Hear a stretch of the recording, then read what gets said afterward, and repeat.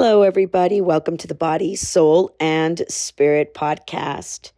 I am so excited. We are going to go on this journey.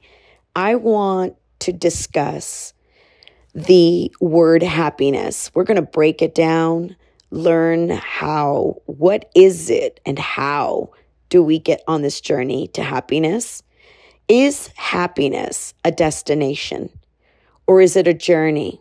So we're going to uncover all of these different questions. We're going to discuss what happiness is and what it is not, and what leads us to happiness.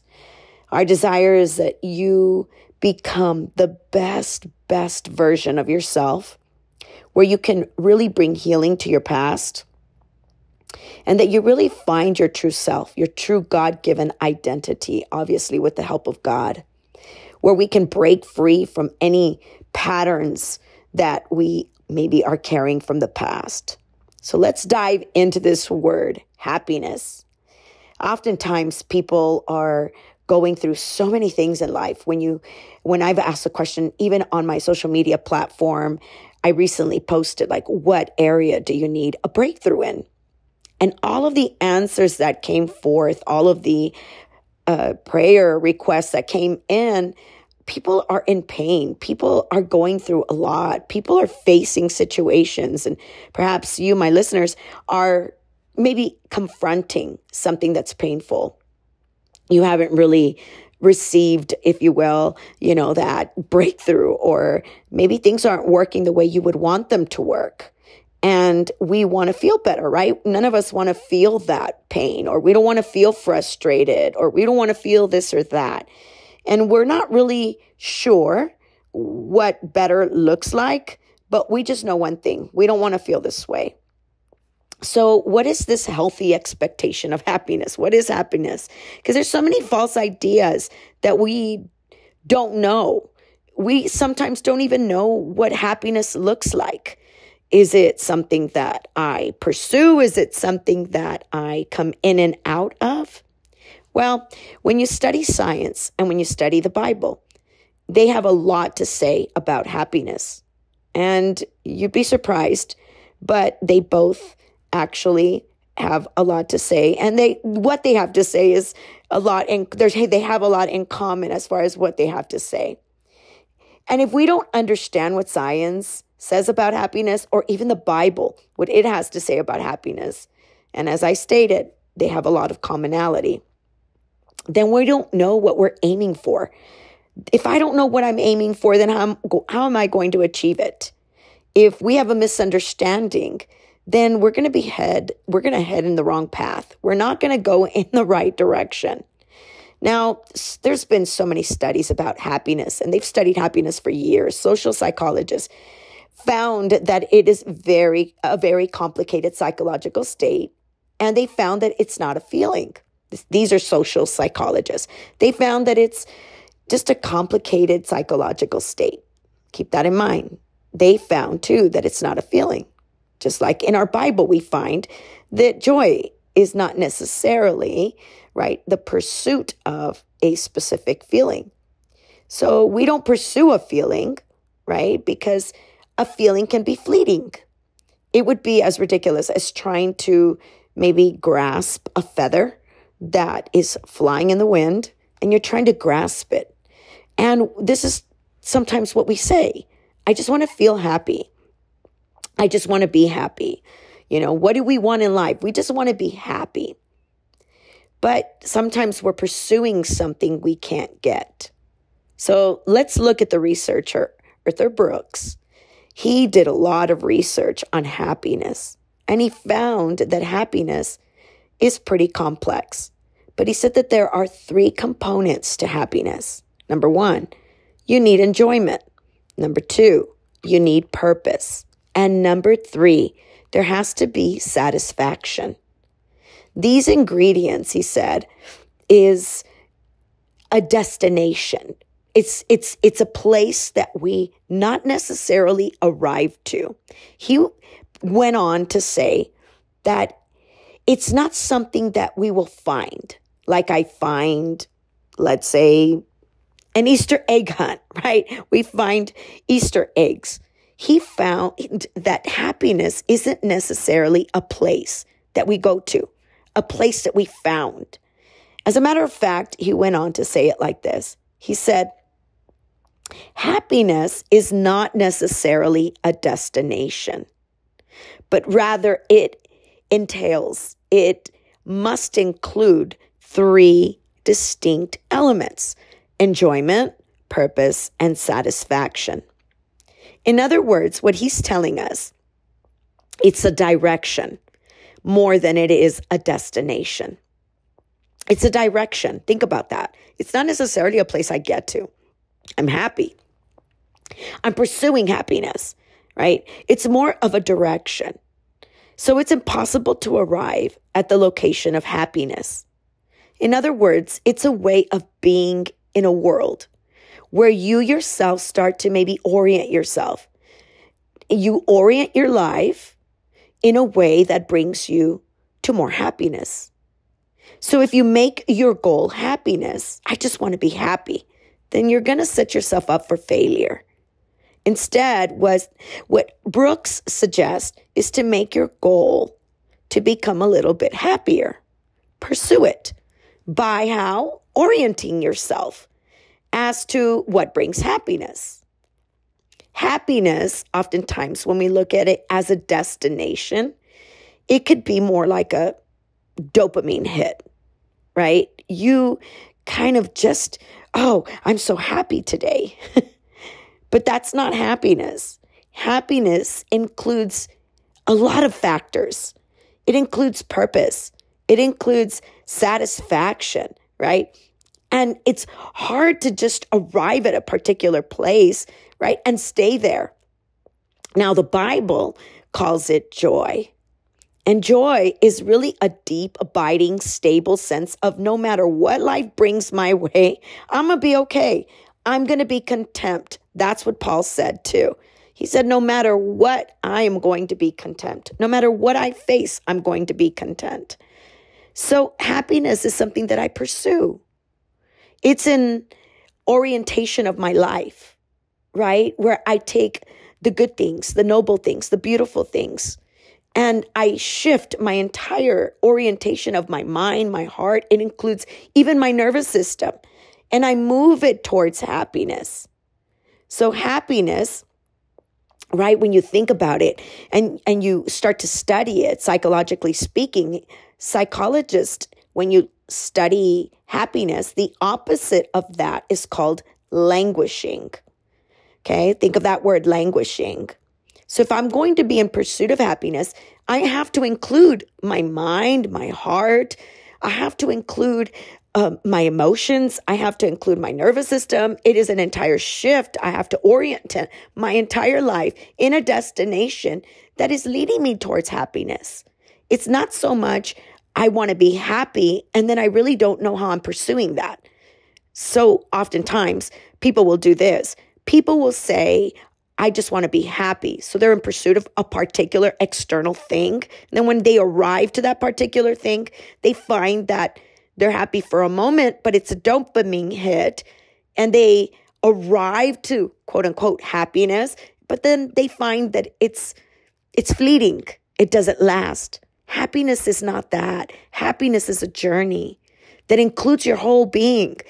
That means we have to orient ourselves, our mind, our emotions, our body, the way we view things, our perspective, in a way that leads us to happiness. So psychologists call the opposite of happiness languishing. Adam Grant in 2021 said languishing, right, that when he studied languishing, and we see it in our society, but he describes it as a sense of stagnation, as a sense of emptiness feelings, as if you're just kind of muddling through life, looking through a foggy windshield, he said. He says that languishing, he says, is the absence of well-being. He didn't necessarily mean depression. Doesn't mean depression, just means that you're not really thriving. Languishing and the opposite of happiness is you're just not thriving. You're not flourishing in your life. You're just kind of existing. You almost feel stagnant. You feel sometimes empty. You're just going through mud. You're really not experiencing the abundant life that Jesus came to bring you, according to John chapter 10, verse 10. Languishing is not necessarily depression, but you're just functioning. You're not really happy. You don't really feel happy. Now, when you really think about all of these words that he used, he said that it's like stagnation. That's what languishing is, stagnation, meaning a lack of progress. You're not really seeing results. And the opposite of stagnation, right, is a sense of movement, a sense of moving forward. So think about these words. If I really want to move on a journey to happiness, I want to live happy, regardless of what we face externally, regardless of what's going on externally, regardless of whether or not life has aligned itself externally according to my own desires, my own wants, right? So even if I don't see all of that, I can still get on the journey to happiness, joy, right? What the Bible calls joy, no matter what happens externally, I'm okay. And there is a place, there is a way that you can live where you start to orient yourself, right? You align your mind, you align your heart, you align your soul, your being in a direction that leads you to more happiness. So if languishing, according to the psychologist, says it means stagnation, what's the opposite of stagnation? The opposite of stagnation is a sense of movement. So if I'm going to move towards happiness, I've got to start making some type of motion or progress in my life. Let's say you've been stagnant in an area in your life. Well, if you want to move in the journey and get on the journey to happiness and move in the direction towards happiness, you need to stop being stagnant. You need to have a sense of movement. Wherever you feel stagnant, maybe it's your spiritual life, then you need to have movement. If you feel stagnant in your relationships, then they need to have movement. If you feel stagnant when it comes to even maybe growing in a particular area, then you need to have movement.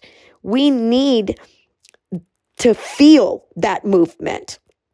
And in order for us to get on this direction towards happiness, you're gonna need to have movement.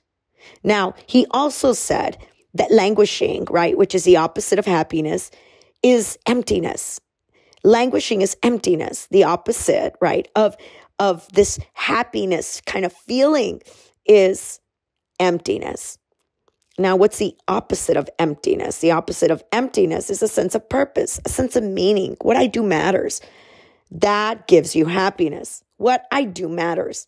In other words, if I'm going to move towards happiness, then I need to start moving to a sense of purpose. I need to feel that what I do matters, and that leads me to happiness.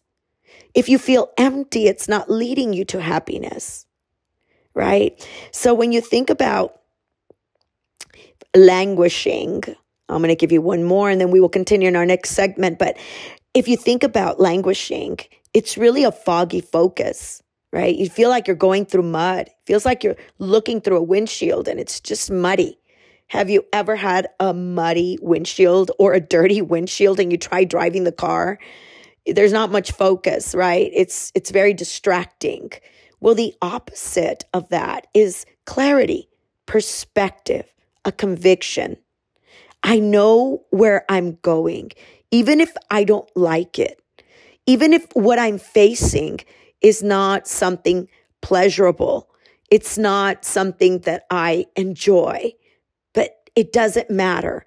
I know where I'm going. That leads to happiness. That gives you a sense of happiness.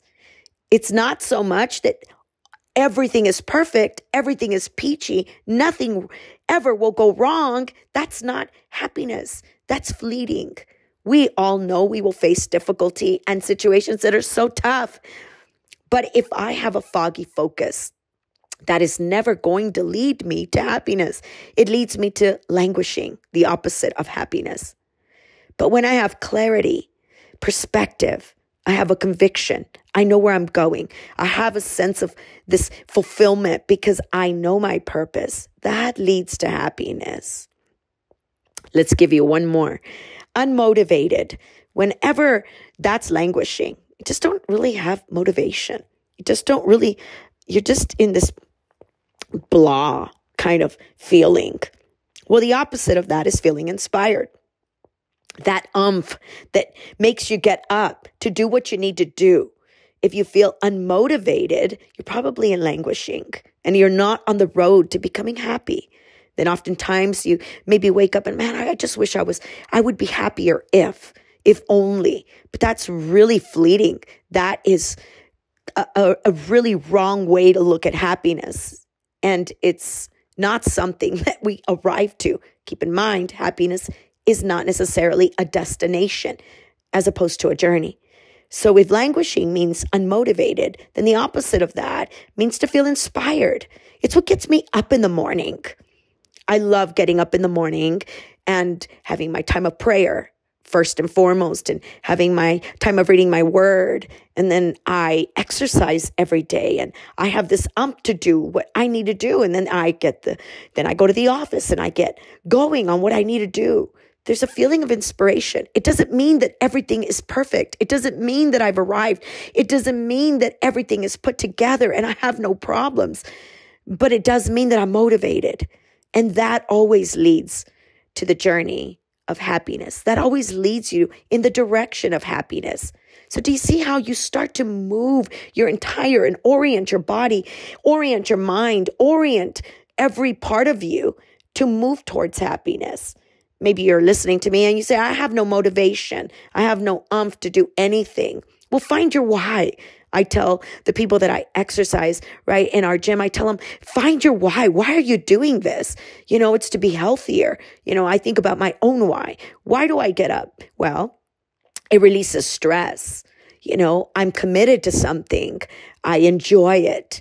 I found my I found my why, right? I enjoy waking up and spending time with God. I love it. I get excited about it. I know the results of it. I know it replenishes me and it refreshes me.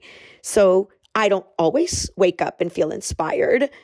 However, there's this motivation, right? So it's not something externally. It's not like I'm waiting for this to happen so that I can be happy. But see how I oriented my body? I oriented my mind. I orient my feelings to move in that direction. And there's a sense of fulfillment that leads to happiness.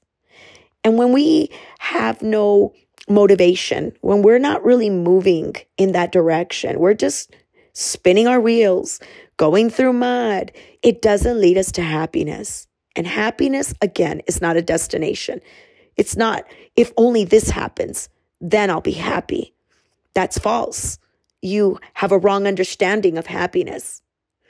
I can't wait for the next segment. We're going to keep diving in to what happiness is. Thank you so much for joining me today. Y'all be blessed today and have an awesome day.